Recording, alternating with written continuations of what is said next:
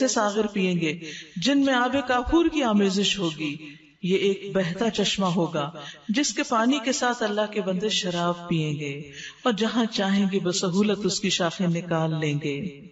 دنیا میں اوروں کو پلاتے تھے نا، آج ان کی باری ہے. یہ وہ لوگ ہوں گے جو دنیا میں نظر پوری کرتے ہیں اور اس دن سے ڈرتے ہیں جس کی آفت ہر طرف پھیلی ہوئی ہوگی، اور اللہ کی محبت میں مسکین اور یتیم اور قیدی کو کھانا کھلاتے ہیں اور ان سے کہتے ہیں کہ ہم تمہیں صرف اللہ کی خاطر کھلا رہے ہیں، ہم تم سے نہ کوئی بدلہ چاہتے ہیں نہ شکریہ. اللہ اکبر.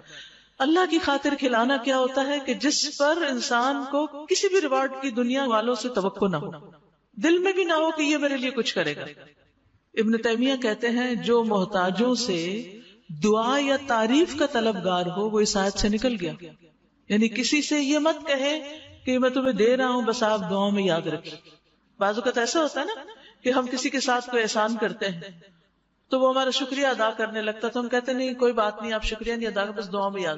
ایک چیز تو ہم نے نہیں کی، شکریہ تو نہیں چاہا لیکن دوسرا بدلہ مانگ لیا کہ ہم نے احسان کیا آپ بھی ہم پہ احسان کریں. یاد رکھیے جو اخلاص ہوتا ہے نا، خالص بندہ وہ کسی بھی چیز کی امید نہیں رکھتا دوسرے سے احسان کے بدلے میں. یعنی احسان کے بدلے میں نہ دعا کی طلب نہ تعریف کی طلب، کیونکہ یہ بھی بدلہ لینے کا ارادہ ہوتا ہے. کیونکہ دعا بھی احسان کے بدلے کی قسم ہے. آپ کو بتایا تھا میں نے کہ اگر کوئی آپ پر احسان کرے تو آپ اس کو اگر ویسا بدلہ نہیں دے سکتے تو کیا کریں؟ دعا کر دیں. یہ تو بدلہ ہے نا احسان کا. تو کسی سے کسی بھی چیز کی، حتیٰ کہ دعا کی بھی توقع نہیں کرنی چاہیے، نہ مطالبہ کرنا چاہیے، کیونکہ ہم صرف اللہ کی خاطر کھلا رہے ہیں. انما نطعمکم لوجہ اللہ، ہم اللہ کا دیدار کرنا چاہتے ہیں. اور پھر یہ دعا کے لیے کہتے رہنے کی عادت نہیں ہونی چاہیے. بعض اوقات کیا ہوتا ہے جیسے میں دعا مانگ کے نکلتی ہوں تو راستے میں پھر لوگ کہتے ہیں ہمارے لیے دعا کریں، تو میں کہتی ہوں ابھی کیا کیا ہے؟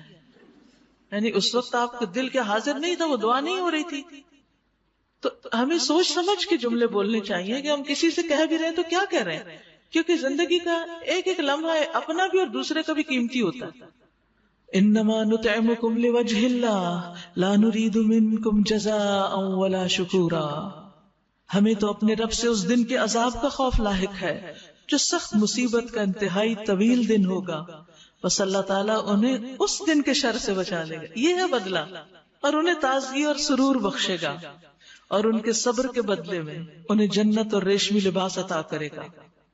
وہاں وہ اونچی مسندوں پر تکیے لگائے بیٹھے ہوں گے، نہ انہیں دھوپ کی گرمی ستائے گی نہ جاڑے کی ٹھنڈک. جنت کی چھاؤں ان پر جھکی ہوئی سایہ کر رہی ہوگی، اور اس کے پھل ہر وقت ان کے بس میں ہوں گے کہ جس طرح چاہیں انہیں توڑ لیں. یعنی جو طلب کریں گے وہ خود ہی سامنے آ جائے گا. ان کے آگے چاندی کے برتن اور شیشے کے پیالے گردش کرائے جا رہے ہوں گے. جنت کی کراکری دیکھیے، چاندی کے برتن، شیشے کے پیالے. شیشے بھی وہ جو چاندی کی قسم کے ہوں گے، کرسٹل کلیئر، اور ان کو منتظمین جنت نے ٹھیک اندازے سے بھرا ہوگا، یعنی کہ چھلک چھلک کے ٹرے میں گر رہے ہوں. ان کو وہاں ایسی شراب کے جام پلائے جائیں گے جس میں سونٹ کی آمیزش ہوگی. یہ جنت کا ایک چشمہ ہوگا جسے سلسبیل کہا جاتا ہے. ان کی خدمت کے لیے ایسے لڑکے دوڑتے پھر رہے ہوں گے جو ہمیشہ لڑکے ہی رہیں گے. تم انہیں دیکھو تو سمجھو کہ موتی ہیں جو بکھیر دیے گئے. وہاں جدھر بھی تم نگاہ ڈالو گے نعمتیں ہی نعمتیں، اور ایک بڑی سلطنت کا سر و سامان تمہیں نظر آئے گا. سبحان اللہ.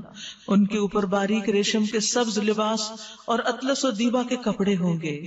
ان کو چاندی کے کنگن پہنائے جائیں گے، اور ان کا رب ان کو نہایت پاکیزہ شراب پلائے گا. یہ ہے تمہاری جزا اور تم